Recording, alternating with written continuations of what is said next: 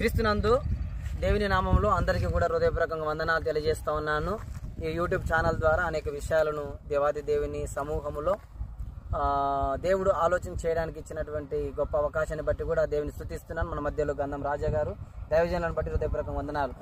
First గారు, మన తెలంగాణ ప్రాంతంలో అనేక డినామినేషన్లు, అనేక సంస్థలు కలిగి దేవుని పరిచర్య జరిగిస్తూ ఉన్నటువంటి అనేక సేవకులు ఉన్నారు. అందులో ఆల్మోస్ట్గా మనం చూడగలిగినట్లయితే హైదరాబాద్లో పేరు మోసినటువంటి దైవ సేవకులు పిలువబడుతున్నటువంటి వారు అనేకులు ఉన్నారు. వారు అనేకులు కూడా క్రైస్తవ సమాజానికి ఒక మాదిరిగా దేవుడు వారికి ఒక ఆధిక్యతనిచ్చి వారిని బలపరిచి నడిపించినట్లుగా మనం చూస్తూ ఉన్నాం. కాబట్టి వారొక మాదిరిగా వారు ఉన్నారు, ఒక ఆధిక్యతను దేవుడు వారికి ఇచ్చాడు. అయితే వారు ఈ దినాల్లో చేస్తున్నటువంటి దేవుని యొక్క నియమాన్ని బట్టి, నియామకాలను బట్టి వారు ఎలా నడుస్తూ ఉన్నారనే విషయం కూడా సార్వధిక సంఘానికి కానీ క్రైస్తవ భక్తులకు కానీ చాలా విలువైనటువంటి విశ్వనీయత ప్రాధాన్యమైనది. ప్రభు శరీరముగా, ప్రభు రక్తముగా మనం చూస్తూ ఉన్నాం. ఈ దినాల్లో హైదరాబాద్ పట్టణంలో పాస్టర్ గారు మంత్లీ వన్స్ ప్రభు బలని ఇస్తూ ఉన్నారు. అది కూడా రెడీమేడ్గా వారు ఇస్తూ ఉన్నారు. అది నిజమా? అది బైబిల్ ఒప్పుకుంటుందా? ఆ విషయాన్ని మీరు ఎలా తెలియపరచాలనుకుంటున్నారు? మంచిది. ప్రభునామన వేణు గారికి వందనాలు చెల్లిస్తున్నాను.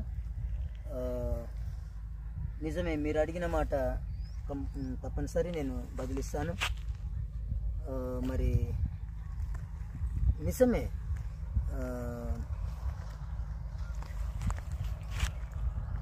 ఈ కార్పొరేట్ ఏదైతే సంఘాలు స్థాపన చేసుకున్నారో ఆ సంఘాలలో ఎంతగా వాళ్ళు ఏమి బోధిస్తున్నారు, ఏ విధంగా కొనసాగుతున్నారు, ఏ విధంగా బల్ల ఆరాధన విషయంలో, రొట్టె విడిచటం విషయంలో, లేదా రొట్టెను సిద్ధపరిచే విషయంలో వాళ్ళు తప్పి ఉన్నారు. ఎందుకంటే రొట్టెను చేసే విధానము ఎంత మాత్రము నిజం కాకుండా ఉన్నారు. ఒకప్పుడు బ్రెడ్ ఇచ్చినట్లుగా మనం చూస్తున్నాం. అదే సేమ్ మిగతా సంఘాలు ఆ విధంగా అలవాటు పడిపోయాడు. నిజంగా ప్రార్థన పూర్వకంగా గోధుమ పిండిని పిసికి పెంకం మీద పొంగని చపాతీగా లేదా రొట్టెగా చేసుకొని ప్రార్థన పూర్వకంగా ద్రాక్షరసాన్ని సిద్ధపరచుకొని ఆరాధనలో ఆరాధనలో వాళ్ళు బల్ల రొట్టె విచ్చటం విషయంలో చాలా పవిత్రంగా ఆ కార్యాన్ని చేయాలి. అది నూతన నిబంధన కార్యం. దాన్ని ఎంత నిర్లక్ష్యంగా ఉన్నారంటే చాలా బాధ కలిగినటువంటి విషయం అది. నిజంగా ఈ యొక్క సంఘాలలో చాలా దుఃఖకరమైనటువంటి పరిస్థితులు మనం ఎదుర్కొంటున్నాం ఈ దినాల్లో. దయచేసి చాలా బాధాకరంగా ఉంది. చాలా విద్యావంతులుగాను, చాలా మంచి జ్ఞానం కలిగిన వారుగాను, చాలా మంచి బోధకులుగాను, చాలా ఉన్నతమైన బోధకులుగాను పిలువబడుతున్నారు. కానీ ఎంత మాత్రము క్రీస్తు చెప్పినటువంటి ఆ యొక్క నూతన నిబంధన భాగం ఏదైతే ఉందో అది వారు నెరవేర్చలేని అసమర్థమైన స్థితిలో దిగజారినట్లుగానే కనపడుతుంది. అంత మాత్రమే కాదు పాస్టర్ గారు, ఈ దినాల్లో మనం చూస్తే బ్రెడ్ ఇస్తూ ఉన్న సందర్భం కంటే రెడీమేడ్ ఒక పెంకములాగా, ఒక అట్ట లాంటిది, పేపర్ లాంటిది ఒకటి బ్రెడ్ అని ఇస్తాం. అది దేవుని యొక్క శరీరం అని ఇస్తూ ఉన్నారు. పెంకము లాంటిది, ఒక పేపర్ లాగా, ఒక అట్ట లాంటిది వారు ఇస్తూ ఉన్నారు. అది ఎంతవరకు అది దేవుని యొక్క వాక్యంలో నుండి మనం ఆలోచన చేయవచ్చు? అది నిజమే. మీరు చెప్పింది, మీరు జ్ఞాపకం చేసేది నిజమే, మీరు గ్రహించింది నిజమే. అది వాక్యానికి వాళ్ళు చేసినటువంటి క్రియకు లేదా ఆ యొక్క బల్ల కార్యక్రమానికి ఎంత మాత్రము పొత్తంగం లేదు. వాళ్ళు చేసేది నిజం కాదు, అది అబద్ధంగానే. అవును పాస్టర్ గారు, మనము బైబిల్లో చూస్తే పులియనిది ఉండాలి అంటాడు. ప్రభు శరీరము అది నూతనమైనదిగా ఉండాలంటాడు. సిద్ధపరచుకోవడానికి అది ఫ్రెష్గా ఉండాలంటాడు. గోధుమ పిండితో ప్రభు బలను చేయాలన్నట్లుగా మనం చూస్తాం. పులియనిదిగా సిద్ధపరచాలని చూస్తూ ఉన్నాం. ద్రాక్షరసాన్ని కూడా మనము నూతనంగా మనం సిద్ధపరచుకోవాలని మనం చూస్తూ ఉన్నాం. అయితే ఈ దినాల్లో చూస్తే ఎప్పుడో రెడీమేడ్గా అది ప్రభు శరీరం అని చెప్పడానికి వారు అది అవకాశం లేని వాటిని వారు చేస్తూ ఉన్నారు. అది ఎంత మాత్రం నిజము కాదు అనే విషయాన్ని కూడా మరొకసారి ఆలోచన చేయడానికి దేవుడిచ్చాడు. అంత మాత్రమే కాదు, నెలకు ఒకసారి ఇవ్వడం అది వాస్తవమా పాస్టర్ గారు? నిజమే, మంచి మాటను జ్ఞాపకం చేసినావు. అపోస్తుల యొక్క దినాల్లో వారు ఇంటింట రొట్టె విడిచిరి అని మనం బైబిల్లో మనం చూస్తున్నాం. కానీ ఈ దినాల్లో దినదినము దిగజారినట్టుగా ఈ యొక్క సంఘాలలో చాలా నిర్లక్ష్య స్వభావంతోన, చాలా సోమరులుగా, చాలా విరోధమైనటువంటి వారుగా, ఎంత మాత్రము వాక్యానుకూలంగా వాళ్ళు సంఘంలో నడుచుకోకుండా విరుద్ధంగా ఉన్నారు. నిజానికి పునరుత్థాన దినము లేదా ఆదివారం నాడు వాళ్ళు బల్ల కార్యక్రమాన్ని సిద్ధింప చేసుకొని ప్రతి ఆరాధన దినం నాడు వాళ్ళు రొట్టె విడిచే కార్యక్రమాన్ని క్రమాన్ని కలిగి ఉంటే అది మంచిది. ఓకే, థ్యాంక్ యూ పాస్టర్ గారు. అంత మాత్రమే కాదు పాస్టర్ గారు, ఇంకొక విషయము, ఈ దేవుడు ఏదైతే ఆధిక్యతనిచ్చి పెద్ద సంఘాలుగా వారిని స్థిరపరిచిన వారు అనేక సమాజానికి, క్రైస్తవులకు వారు ఒక మాదిరిగా ఉన్నారు. వారు చేస్తున్నటువంటి అనేక క్రియలు అది చాలా బాధాకరమైనటువంటి విషయాలని మనం ఆలోచన చేస్తూ ఉన్నాం పాస్టర్ గారు. అంత మాత్రమే కాదు, ఇంకా సంఘాలలో మనం చూడగలిగినట్లయితే పడుతున్నట్లుగా మనం చూస్తూ ఉన్నాం. ఇప్పుడు లక్షలు వేల మంది వాళ్ళ దగ్గర ఒక్కొక్క సేవకుల దగ్గర ఉన్నారు పాస్టర్ గారు. మరి వారు రొట్టె చేసి ఇవ్వడము వారికి పాసిబుల్ అంటారా? ఈ గోధుమ పిండితో రొట్టె చేసి ఇవ్వడము అది పాసిబులా, అది ఇంపాసిబులా? నిజమే మంచి అడుగుతున్నావు కొన్ని ప్రశ్నలు. దీన్ని బట్టి చూస్తే ఇదంతా షోటాపు జీవితాలు కలిగినటువంటి వారుగానే మిగిలిపోతున్నారు. కానీ క్రీస్తులో నిజంగా నలగొట్టబడి విరగొట్టబడిన వారుగా నిజంగా ప్రార్థన పూర్వకంగా ఆ యొక్క రొట్టెను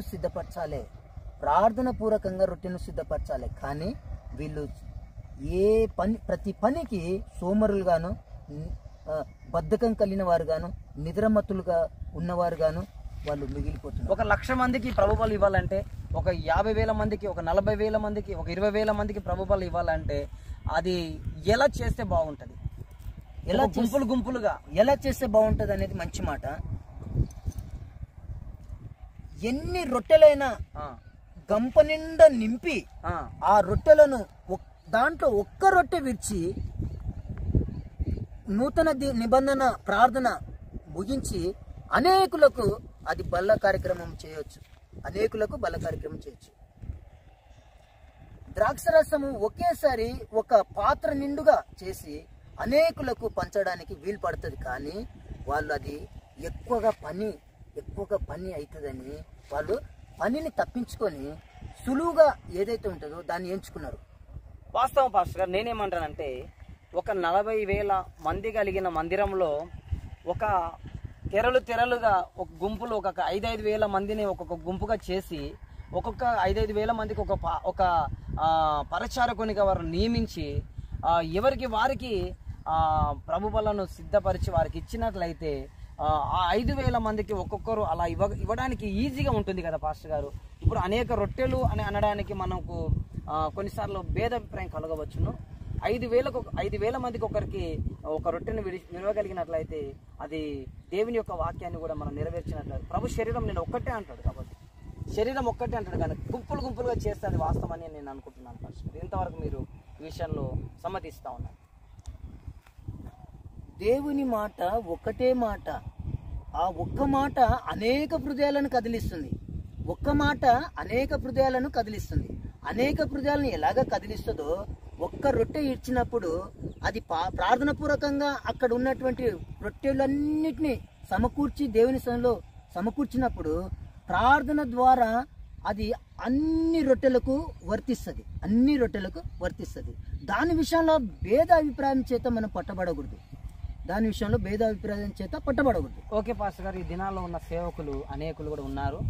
అయితే క్రైస్తవ సంఘాలను బలపరిచేవారుగా ఈ దినాల్లో చూస్తే ఎక్కడ లేదు. వారికి ఉన్నటువంటి మినిస్ట్రీ, వారికి ఉన్నటువంటి ఏదైతే వారి పేరును వారు నామకరణం చేసుకొని లేకపోతే ఒక మందిరంగా వారు పిలుచుకుంటూ ఉన్నారు, ఒక మినిస్ట్రీగా పిలుచుకుంటున్నారు, వారి మినిస్ట్రీనే డెవలప్ చేస్తూ ఉన్నారు. కానీ ఎక్కడైతే పేద సేవకులు సంఘాలు ఉన్నాయో వారిని బలపరిచే విషయంలో చూస్తే ఈ దినాల్లో పేరు మాసిన సేవకులు, పేరు దాల్చిన సేవకులు ఎవరు కూడా ముందుకు రావట్లేదు. ఈ విషయాల్లో మీరు ఎంత బాధిస్తున్నారు, ఆ విషయంలో మీరు ఎంతవరకు వాస్తవంటారు? నిజమే.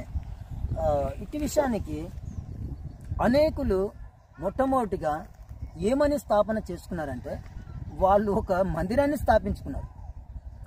ఈ బావే లోకంలో బావే కలిగినటువంటి మందిరాన్ని స్థాపన చేసుకొని ఈ మందిరమే పరిమితి, ఈ మందిరంలో నేను సేవ చేస్తున్నానని వాళ్ళు ఆ ఊహలోనే బ్రతుకుతున్నారు తప్ప అది నిజమైనటువంటి సేవ, నిజమైనటువంటి సువార్త, నిజమైనటువంటి క్రీస్తు జీవితంలో మేము కొనసాగుతున్నాము, వెలుగు సంబంధికులుగా జీవిస్తున్నాము అనేది ఎంత మాత్రం కాదు. సువార్తకు 10,000 రూపాయలు ఇస్తే దైవజనునితో ఫోటో దిగడం అది వాస్తవం అంటారా? సువార్త కొరకు సహాయం చేయటం ద్వారా దైవజనునితో కలిసి ఫోటో దిగడం అది నిజమంటారా? అది వ్యాపారమే, కానీ అది నిజమైన క్రీస్తులో జీవించినటువంటి బోధ కాదు, నిజమైన క్రీస్తులో కొనసాగుతున్నటువంటి సేవకులు కాదు. క్రీస్తు సువార్త వ్యాప్తి కొరకు 10,000 రూపాయలు ఇస్తే అనేకులకు సువార్త అందుతుంది కదా. ఇలా ఎందుకు ఆలోచన చేయకూడదు పాస్టర్ గారు? అది స్వార్థికమైనటువంటి బోధ తప్ప అది ఎంత మాత్రం జీవం లేనటువంటి బోధ. మరి అనేకులకు సువార్త ఎలా ప్రకటించబడుతుంది?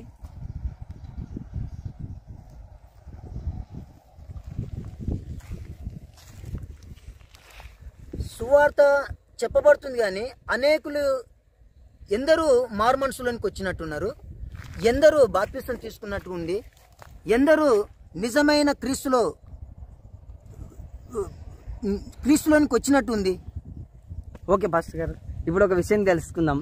ఇప్పుడు మన పూర్వీకులు మన భారతదేశానికి యేసు క్రీస్తు ప్రభు వారి శిష్యుల్లో ఒక శిష్యుడు అయినటువంటి తోమ గారు మన యొక్క మద్రాస్ చెన్నై ప్రాంతానికి వచ్చినట్లుగా మనం చూస్తాం. వారు ఆ దినాల్లో ఎన్ని లక్షల డాలర్లు తీసుకొచ్చి ఉండొచ్చు వారు సువార్త వ్యాప్తి కొరకు. వాళ్ళు ఎట్లొచ్చారు? వారు ఏమైనా ధనాన్ని తీసుకొని వచ్చారా? లేకపోతే వారు కలిగి ఉన్నటువంటి ఆ వాక్యపు విశ్వాసపు వెలుగులో వాళ్ళు వచ్చారా? లేకపోతే ధనాన్ని తీసుకొని వచ్చి ఆ సువార్త వ్యాప్తి చేశారా? మీరు ఎలా చెప్పగలుగుతారు? వాళ్ళు ఏ మాత్రము ధనము సొమ్ము సంచి వద్దబెట్టుకొని రాలేదు, ఎంత మాత్రము రాలేదు. మరి సువార్త ఎట్లా వ్యాప్తి చెందించారు పాస్టర్ గారు? కేవలము ప్రార్థన. ఓకే, ఈ కొన్ని వివరాలను బట్టి మేము ముందుకు వస్తున్నాం. ఈ విషయాలన్నీ వాక్యపు వెలుగులోనికి మీరే ఆలోచన చేసుకోవాలని ఆ సార్వధిక సంఘానికి అలాగే క్రైస్తవ సమాజానికి తెలియజేస్తూ ఈ మాటలు ముగిస్తున్నాం. థ్యాంక్ యూ, అందరికీ వందనాలు. God bless you. మన మధ్యలోకి వచ్చిన రాజయ్య గారికి కూడా హృదయపూర్వక వందనాలు. దైవజనులకు థ్యాంక్ యూ పాస్టర్ గారు, థ్యాంక్ యూ, వందనాలు. అందరికీ వందనాలు. God bless you all.